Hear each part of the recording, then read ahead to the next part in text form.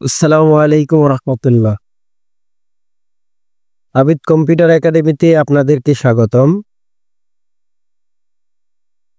Computer office application course Microsoft Word তৃতীয় ক্লাসে আমরা শিখব কিভাবে কপি করতে হয়, কিভাবে কাট করতে হয়, কিভাবে পেস্ট করতে হয়, লেখাকে কিভাবে বোল্ড করতে হয়, লেখাকে কিভাবে ইটালি করতে হয়, লেখাকে কিভাবে আন্ডারলাইন করতে হয়, লেখা ফন্ট পরিবর্তন করতে হয় কিভাবে, ফন্ট সাইজ পরিবর্তন করতে হয় কিভাবে। আজকের এই সব নিয়ে বিস্তারিত আলোচনা থাকছে। তো কথা না বাড়িয়ে আমরা মূল ক্লাসে চলে যাই। প্রথমে আমরা মাইক্রোসফট অফিস ওপেন করব। গত ক্লাসে দেখাইছিলাম যে মাইক্রোসফট অফিস কিভাবে ওপেন করতে হয়। তো মাইক্রোসফট অফিস ওপেন করলাম। ওপেন করার পরে আজকে আমরা শিখব হোম ট্যাবের কাজ। হোম ট্যাবে আসার পরে দেখেন রিবনে আসার পরে ক্লিকবোর্ড এবং ফন্ট, আমরা এই দুইটা নিয়ে বিস্তারিত আলোচনা করব। কাট, কপি, পেস্ট এগুলো নিয়ে আলোচনা করব।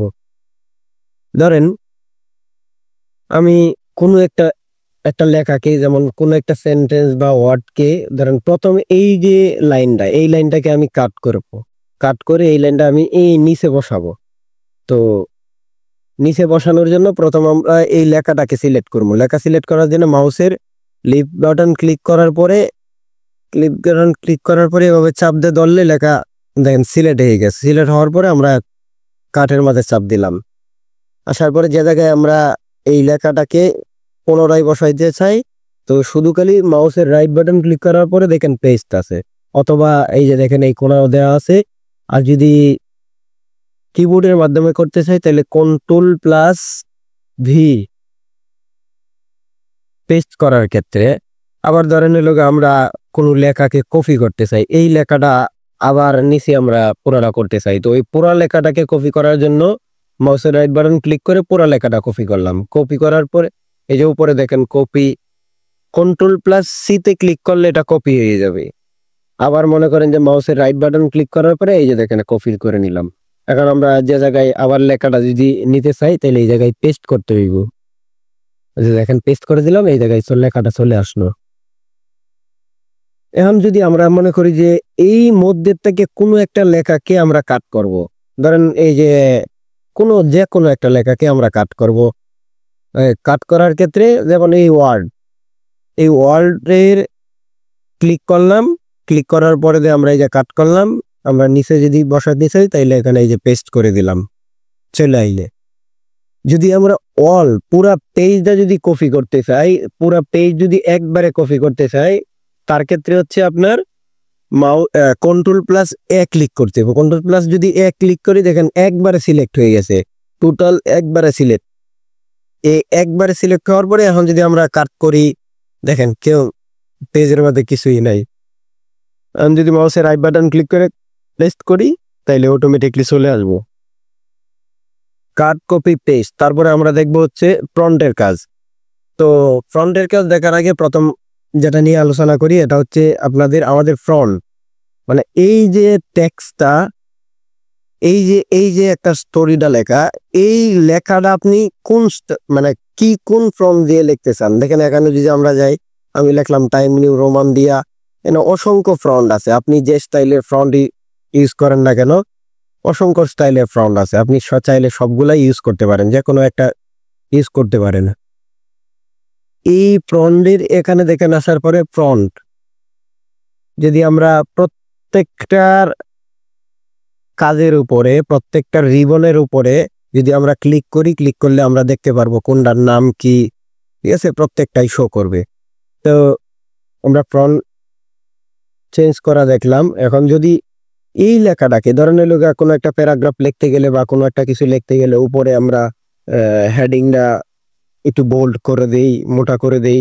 এই বোল্ড করার ক্ষেত্রে আপনি যে লেখাটাকে বোল্ড করবেন, যতটুকু বোল্ড করতে চাইবেন ততটুকু ততটুকু সিলেক্ট করবেন। সিলেক্ট করার পরে আপনি এই যে দেখেন বোল্ড, এই বোল্ডে ক্লিক করেন, দেখেন বোল্ড হয়ে লেখাটা বোল্ড হয়ে গেছে।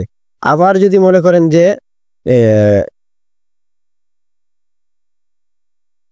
করেন যে আমি পুরোটা বোল্ড করব না, অল্প কিছু বোল্ড করব, বা কয়েকটা লেখাকে বোল্ড করব, বা লাস্টের লাইনটাকে বোল্ড করব, সিলেক্ট করে বিতে ক্লিক করলেই অটোমেটিকলি হয়ে যাবে। আবার যদি কিবোর্ডের মাধ্যমে করি তাহলে এইভাবে সিলেক্ট করে প্রথমে যে সেন্টেন্সটা সিলেক্ট করলাম, লাইনটা সিলেক্ট করলাম, সিলেক্ট করে কন্ট্রোল প্লাস বিতে ক্লিক করার সাথে সাথে দেখেন বোল্ড হয়ে গেছে লেখাটা। আর ইটালি করার ক্ষেত্রে যেমন এই লেখাটাকে আমি ইটালি করব, ইটালি করার জন্য কন্ট্রোল প্লাস আয়াতে ক্লিক করলে ইটালি হয়ে যাইব, দেখেন ইটালি হয়ে গেছে। আবার যদি মনে করেন যে এই জায়গায় ম্যানুয়ালি করতে চান এই জায়গায় করতে পারবেন। তো এই লেখাটাকে যেমন ধরেন সিম্পল আমরা একটা সেন্টেন্স নিলাম,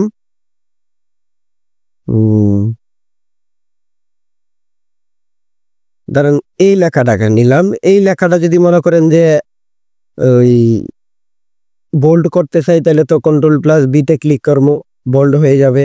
আর এই লেখাটাকে যদি আমি আন্ডারলাইন করতে চাই, আন্ডারলাইন করার ক্ষেত্রে দেখেন উপরে আছে ইউ লেখা আছে, ওই যে আন্ডারলাইনে ক্লিক করলাম, আন্ডারলাইন হয়ে গেল। আর যদি আমি যদি কিবোর্ডের সাহায্যে করতে চাই তাহলে কন্ট্রোল প্লাস ইউ এ ক্লিক করলে আপনার এই লোগা নিচে আন্ডারলাইন হয়ে যাইব। দেখলাম হলো আন্ডারলাইন, ইতালি, বোল্ড।